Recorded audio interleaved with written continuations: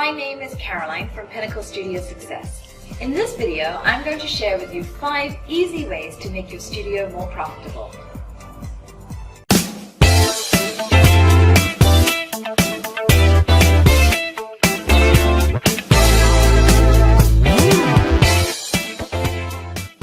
Number 1. The awkward situation of chasing up overdue accounts. The best way to avoid overdue accounts is to not get into that position in the first place.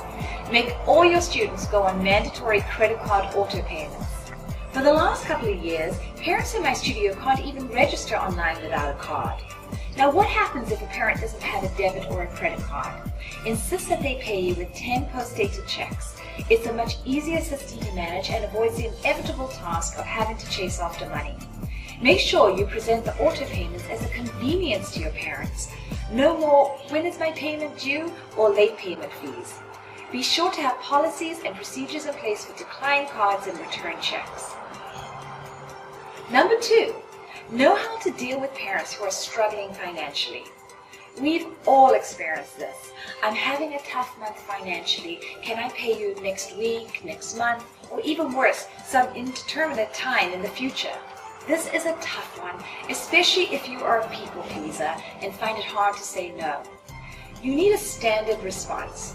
Yes, I would be happy to work with you on this. Agree on a payment plan that makes sense, that you are all caught up before the recital, and have them sign a contract that they agree to pay you back on those terms. They acknowledge that their child will not be able to perform in the recital if payments are not made in full by recital date, and that if they leave your studio at any point before the end of the dance year, all outstanding payments become due immediately.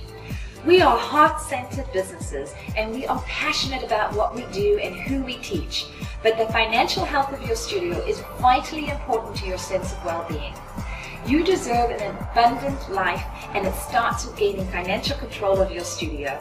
We are ensuring that our studio will be around for many more years so we can serve more students and enrich more children's lives.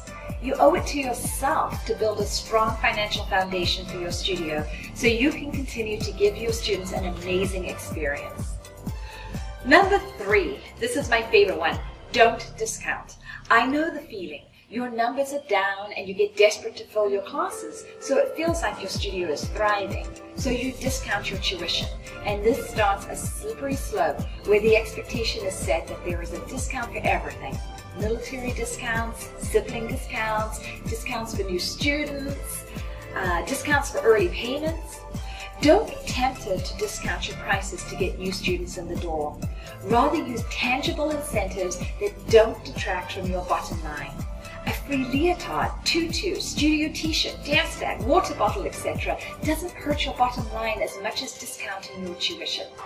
For example, if you give the first month free, that could be $50 out of your pocket. However, if you give away a leotard that costs you $10 wholesale, the perceived value to the student is the retail price of that leotard, like $25. Tangible items have a much higher perceived value, so use that to your advantage. Try to avoid incentivizing items that are part of your standard uniform, for example, dance shoes, as students would be buying these anyway. Focus on the items that are considered more of an impulse buy, like a leotard, dance bag, t-shirt, logo wear. Number 4, how to be a nice guy and get paid too. We love what we do, and we don't want to turn any child away who just wants the opportunity to dance at your studio. So what do? We offer scholarships. I even had a scholarship page on my website for many years, and I had students dancing for up to 13 years at my studio not having paid a penny of tuition. Not a good business model. So how did I turn it around? What jobs do you have in your studio that a parent could do that could save you from hiring others to do, or so you wouldn't have to do them yourself? Freeing up time to do more important things. Cleaning the studio, front desk work, dance store helper, admin for recitals. People appreciate what they work for, so if you don't have the heart to turn away a deserving family, which I know I can't do, make sure it's a win-win situation by giving yourself some much-needed help running the studio. Number 5, the collection dilemma. How does a lovely, generous studio owner deal with having to follow up and collect money that is owed to them? After so many years in this business, I realized that this wasn't my strength. For me, I am too personally involved with my studio.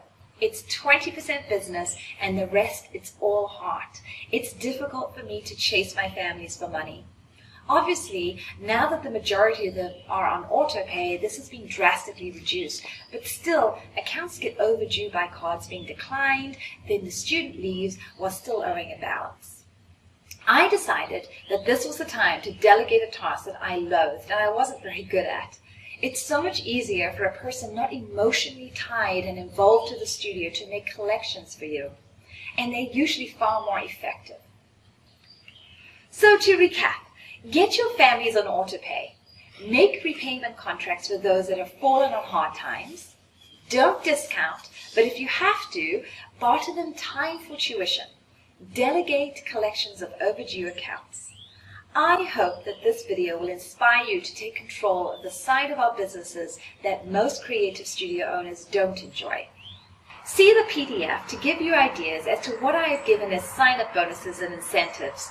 Join us in the Pinnacle Studio Success Group and let us know what you give as incentives.